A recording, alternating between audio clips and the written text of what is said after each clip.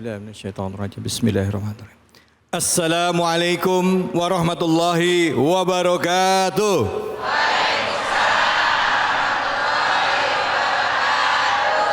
Ibu-ibu gimana kabarnya? Baik, Bu?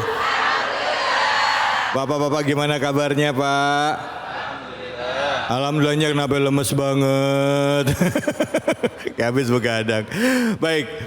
Alhamdulillahirabbil alamin. Puja dan puji kita panjatkan atas kehadirat Allah Subhanahu wa taala. Tidak lupa kita berikan salawat dan salam kita kepada junjungan kita Nabi besar Muhammad sallallahu alaihi wasallam beserta keluarga, sahabat dan umatnya yang setia hingga akhir zaman.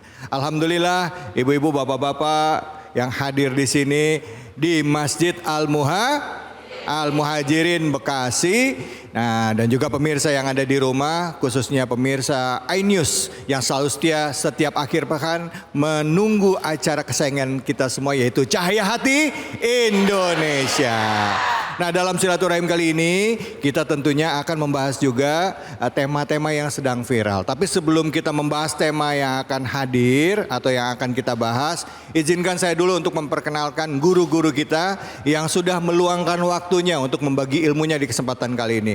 Saya ucapkan salam hormat dan takzim untuk guru kita Kiai Haji Ustadz Aswan Faisal. Assalamualaikum warahmatullahi wabarakatuh. Waalaikumsalam warahmatullahi wabarakatuh. Gimana kabarnya Kiai, sehat? Alhamdulillah, mudah-mudahan lebih cerah dan lebih sehat dari beliau. Iya, salah. Dan selanjutnya di samping beliau sudah ada Ustazah Iva Umyati. Assalamualaikum warahmatullahi wabarakatuh Ustazah Iva. Waalaikumsalam warahmatullahi wabarakatuh. Iya banget, terima kasih banyak Ustazah ya udah hadir di sini. Sama-sama. Nanti akan bagi-bagi ilmunya sama kita semua. Dan samping Ustazah Iva hadir juga guru kita Kiai Haji Aib Saifullah. Assalamualaikum warahmatullahi wabarakatuh. Waalaikumsalam warahmatullahi wabarakatuh. Masya Allah. Sebelum saya nanti berpanjang kalam, saya ajak dulu kita semua dan pemirsa yang ada di rumah untuk menyaksikan sebuah tayangan yang sedang viral. Ini bicara mengenai apa ya? Yuk sama-sama kita saksikan dulu. Inilah rekaman CCTV seorang ibu parubaya yang melempari rumah milik Wiwi Winarti di Desa Jogosatru, Kecamatan Sukodono, Sidoarjo dengan kotoran manusia. Aksi pelaku yang tak lain adalah tetangga korban sendiri sudah dilakukan selama 5 tahun lebih. Bahkan sempat terjadi keributan ketika keluarga korban mendatangi rumah pelaku setelah pelaku beraksi di Idul Fitri kemarin. Tak hanya melempari dengan kotoran manusia, pelaku juga melempari rumah Wiwi Winarti dengan sampah maupun oli bekas. Aksi tidak terpuji pelaku dilakukan sejak 2018 lalu. Meski sudah sempat dimediasi oleh pihak desa dan kepolisian, namun pelaku tetap saja mengulang aksinya. Pelaku diduga kesal karena rumah yang ditinggali korban ini dulunya adalah rumah milik adik pelaku yang telah dijual. Padahal sebelum dijual ke korban pada 2016 lalu, rumah tersebut sudah ditawarkan ke pelaku namun tidak dibeli. Karena kesal, pelaku tidak juga berhenti aksi. Korban kemudian melaporkan kejadian ini ke polisi. Kasus ini kini dalam penyelidikan Polsek Sukodono. Ya ngono tapi ya ojo ngono toh ya Bu ya. Gimana rasanya disiram kotoran ya, kadang katanya ada bau pesing, bau oli ya. Ada yang kayak gitu di sini, ada orang ya? Nggak ada ya, alhamdulillah nggak ada. Silakan Kiai Ustadz Azwan, fadhol. Bismillahirrahmanirrahim. Dari apa yang kita lihat barusan, ya mudah-mudahan buat yang berakal ini bisa menjadi cermin yang indah. Dengan satu catatan, tidak boleh ikut menghujat. Kenal enggak, tahu pun tidak, cuma karena nonton di TV. Jangan menghujat, kemudian kembalikan ke dalam. Mudah-mudahan kami jauh lebih baik dari itu.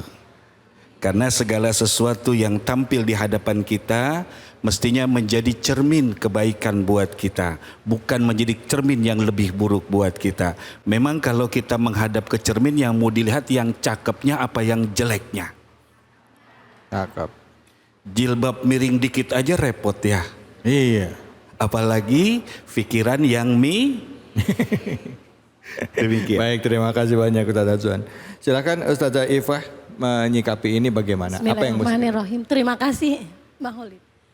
Jadi dalam Islam berbuat baik dengan tetangga itu merupakan norma yang sangat diperhatikan. Kenapa? Kalau dalam Al-Quran disebutkan setelah diperintahkan berbuat baik kepada kedua orang tua, anak yatim, kerabat, wal jaril dzil qurba wal jaril junubi. Tetangga juga harus berbuat baik. Baik tetangga yang dekat maupun tetangga yang jauh. Satu lagi, tetangga juga bisa menjadi jalan masuk surga dan jalan masuk neraka ibu-ibu. Bukan hanya orang tua. Kenapa Rasulullah pernah ditanya, Rasul ini ada ibu-ibu. Karena kebetulan ibu-ibu di sini ibu-ibunya lebih banyak. Ini rajin banget sholat sunnahnya, rajin banget puasa sunnahnya, ahli ibadah. Tapi suka menyakiti tetangga. Kata Rasul apa? Hiya finnar. Dia masuk neraka nantinya. Sebaliknya ada orang yang mungkin sholat sunnahnya pas-pasan ya Bu. Kadang-kadang sholat tahajud, kadang enggak gitu. Tetapi tidak pernah nyakiti tetangga. Apa kata Rasul? Hiya fil jannah. Orang yang seperti ini yang tidak menyakiti tetangga, insya Allah nanti masuk surga. Semoga kita semua termasuk ahli surga. Allahumma Amin. Alhamdulillah. Terima kasih banyak Ustazah. Kiai Aib Syabullah silakan. Tidak ada ibadah yang begitu dipesankan oleh Allah dan Rasulullah dalam agama kita selain diantaranya berbuat baik dengan tetangga. Sampai dalam sebuah hadis riwayat Imam Bukhari dalam sahihnya kata Rasulullah, "Ma zala Jibril yusini bil jar hatta dhanantu annahu sayuwarithu."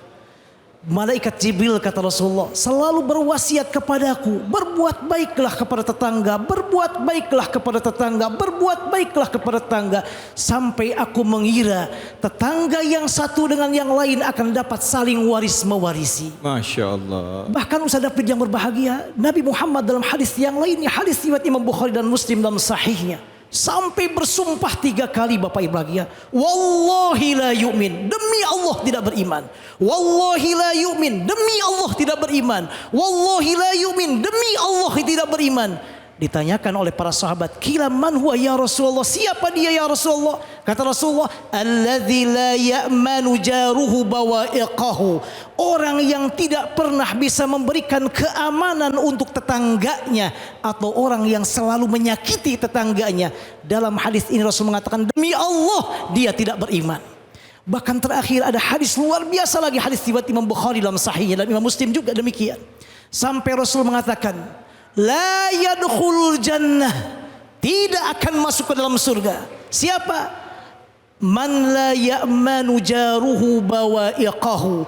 Orang yang selalu menyakiti tetangganya, orang yang selalu tidak memberikan keamanan untuk tetangganya. Mudah-mudahan kita semua termasuk orang-orang yang menjaga hubungan dengan baik dengan tetangga kita, karena itu wasiat dari Allah dan wasiat dari baginda Rasulullah sallallahu alaihi wasallam. Wallahu a'lam bissawab. Masya Allah, alhamdulillah ya Allah. Nah Ustaz, kalau misalnya begini ya Bu ya, boleh nanya ya Ustaz ya, Ustazah boleh ya, boleh ya.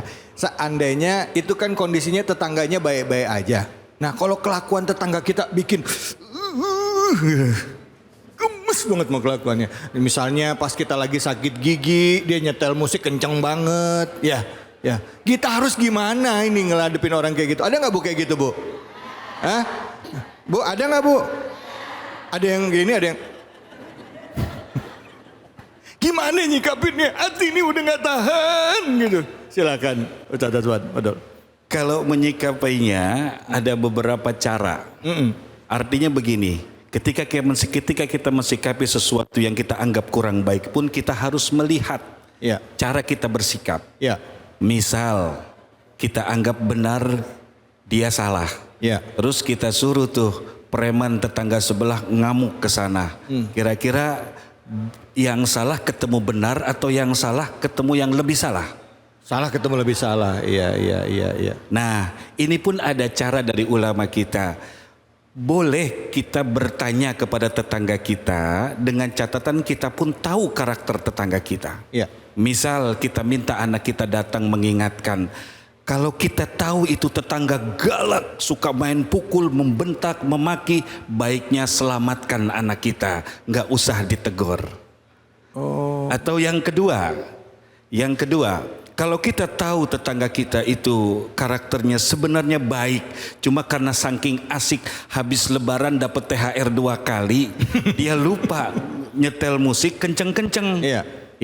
Ya sudah, tegurlah dengan siapa yang lebih sepuh di rumah kita. Karena khawatir bila yang negor anak muda, orang tua sebelah sana beda. Sebelah sana neng kono palih ditu ya, bukan sebelah Ini. Nah, yang ketiga, ada cara lain. Datanglah kepada hakim setempat atau pengurus atau penguasa setempat, RT maupun RW. Itu pun kadang yang ditegur sama Pak RW, Pak RT masih nggak terima. Itulah indahnya bertetangga. Iya. Ustazah Ifah, saya mau nanya yang agak beda. Ini hubungannya sama ibu-ibu ya Bu ya. Boleh ya Bu ya? Kalau misalnya gini Bu, Ustazah, saya diomongin yang jelek sama tetangga. Padahal mah kayak gitu, ada nggak Bu? Gimana nyikapinnya? Soalnya mulutnya gatal juga. Emang lu aja, gua aja yang diomongin, lu juga. Gitu. Gimana caranya? Silakan Ustazah. Jadi ada sikap yang sebenarnya sangat bagus atau ideal. Kita mengikuti ada ulama besar namanya Al-Hasan Al-Basri. Beliau bertetanggaan dengan orang Yahudi padahal bukan Islam. Nah tetangganya itu kebetulan kamar mandinya selalu netes ke kamar Syekh Hasan Al-Basri. Tapi beliau biarkan saja sampai beliau sakit, kemudian dikunjungi oleh tetangganya Syekh Hasan Al-Basri. Baru kaget, loh ini kan dari hamam saya ini. Betul, sudah berapa tahun, sudah lupakan saja berapa tolong saya ingin tahu. Sudah 20 tahun. Jadi sikap yang paling tinggi adalah tahammulul adza, atau kalau memang kesalahan tetangga itu bisa kita maafkan, atau misalnya tetangga itu yang berisik anak kecil gitu misalnya ya Bang ya. Masa kita mau marah sama anak kecil? Kalau kita bisa memaafkan hal-hal yang sebenarnya itu tidak terlalu mengganggu, ya kita maafkan, kita maklumi. Hanya kalau memang kesalahannya seperti yang Ustadz Aswan sampaikan, ya kita menyampaikannya, mengingatkannya dengan cara yang baik. Ingat dengan cara yang baik. Karena tidak boleh nahi mungkar atau mencegah kemungkaran dengan cara yang mungkar. Tetapi harus nahi mungkar dengan cara yang ma'ruf. Bagaimana caranya mengingatkan? Lihat, kalau mengingatkan jangan pas banyak orang dong Bu, itu sama aja nyari masalah. Ya. Kayak begadean. Cari masalah tanpa masalah. Tapi harus cari masalah dengan solusi yang baik. Nah itu namanya nahi mungkar dengan cara yang ma'ruf. Begitu. Nah sekarang kalau buat, maaf nih Bu, itu kan kalau misalnya kita nih ya Bu ya, di dalam kumpulan ibu-ibu pengajian kan kadang maaf yang saya ceritain tadi gitu. Tahu kita nggak boleh, tapi kayaknya gitu. Setiap kita datang yang ada gimana gitu ya Bu ya? Kayak Bang Holid kayak ibu-ibu banget ya. Kayak pengalaman pribadi ya. Ya sebenarnya kalau kata ulama, kalau kita ada yang ngerasain sebenarnya harus bersyukur kan. Oh gitu ya? Kenapa? Karena kan dosa kita dikurangin. Iya. Tapi bukan kalau kita digibahin, kita gibahin balik. Ya. Jadi bolak-balik dah, kita dikurangin pahalanya, kita dikurangin dosanya, dikurangi juga pahalanya nanti ya kita. Allah. Jadi kita bersyukur bahwa orang yang gibahin biar, itu kan berarti syirik tanda mampu kan, berarti kita dianggap orang yang keren karena digibahin. Kan betul ya Bu ya. Jadi kalau kita ada yang gibahin, serahkan saja, insya Allah itu mengurangi dosa kita dan mudah-mudahan juga akhirnya menambah pahala kita. Ya Allah, amin. Mudah-mudahan dimampukan ya Bu ya. Jadi kalau ada yang ngerumpiin kita, ngegosipin kita, ya udah biarin aja. Bahkan kalau perlu ampunin aja, maafin aja. Ya, bisa Bu? Kok matanya melotot bisanya? Bisa. Oke, sekarang saya ke Kiai Aib. Kiai, saya bicara mengenai adab bertetangga ya Kiai. Dalam salah satu hadis dikatakan Rasulullah itu mengatakan bahwa sampai-sampai kalau berhubungan dengan tetangga, seandainya kita mau jual rumah pun ya dengan tetangga yang temboknya bersebelahan dengan kita, jual rumah tuh harus duluin tetangga kita. Bener nggak sih? Ini mungkin ini berkaitan juga dengan yang tadi kita bahas. Artinya sebelum kita seperti tadi kata Ustadz Azwan bahwa jangan langsung menuduh gitu kan. Bisa jadi begitu. Apakah memang sampai segitunya adab bertetangga di dalam Islam? Jadi kalau mau jual rumah yang pertama kali ditawarin adalah tetangga yang benar-benar temboknya sebelah sama rumah kita. Bener nggak sih Kiai? Silahkan. Kenapa begitu? Betul sekali Ustadz yang berbahagia, bahwa dalam agama kita sangat memperhatikan keterkaitan seorang muslim dengan tetangganya. Dan perlu diketahui Bapak Ibu, tetangga ini gak mesti tetangga muslim, siapapun tetangga kita. Mau dia muslim, mau tidak muslim. Makanya Imam Al-Qurtubi dalam tafsirnya Al-Jami' li Ahkamil Quran ketika menjelaskan wal jari dzil qurba ay al muslim, tetangga yang muslim. Wal jaril junubi, tetangga yang non muslim. Artinya betapa sampai kalau kita memang ada sesuatu, misalnya kita mau menjual rumah, usahakan kita tawarkan terlebih dahulu kepada tetangga kita. Bahkan jangankan itu, kata Imam Al-Ghazali dalam kitab Ihya Ulumuddin, ada 10 adab dalam bertetangga. Di antaranya yang ke-10 beliau mengatakan, kalau kita memasak jangan menyakiti tetangga kita dengan aroma masakan kita. Sampai demikian. Kecuali kalau kita kemudian membaginya dengan tetangga kita. Jadi jangan sampai masak sate dikeberkan, biarkan ke tetangga. Pek mangga, kata orang Sunda, pek mangga kadinya. Nah, harus dibagikan. Bahkan kata beliau, jika seandainya kita beli buah-buahan, kalau tidak bisa membagi ke tetangga kita karena sedikit, bawalah dengan simpan secara rahasia pelan-pelan. Jangan sampai tetangga kita tahu kita beli buah-buahan. Bahkan anak kita kalau makan, jangan makannya di luar sampai nanti anak tetangga kita menangis karena mau buah-buahan itu. Sampai demikian. Apalagi kalau beli kulkas atau beli yang lainnya. Memang demikian, agama kita sangat memperhatikan betapa pentingnya kita menjaga perhatian, menjaga perasaan tetangga kita. Al-Imam As-Samarqandi dalam kitabnya Tanbihul Ghafilin beliau mengatakan ada 4 adab utama dalam bertetangga. Pertama, an yuwasiyahu bima indah. Kita berbagi kalau kita punya sesuatu dengan tetangga kita. Yang kedua kata beliau, an la yatma'a fi ma indah. Jangan kita toma iri dengki dengan apa yang dimiliki oleh tetangga kita. Yang ketiga, an yamna'a an adahu. Jangan menyakiti tetangga kita, menjual rumah tanpa ditawarkan terlebih dahulu misalnya. Dan yang berikutnya adalah an yasbiru ala adzahu. Hendaknya sabar kalau dia berbuat salah dengan kita.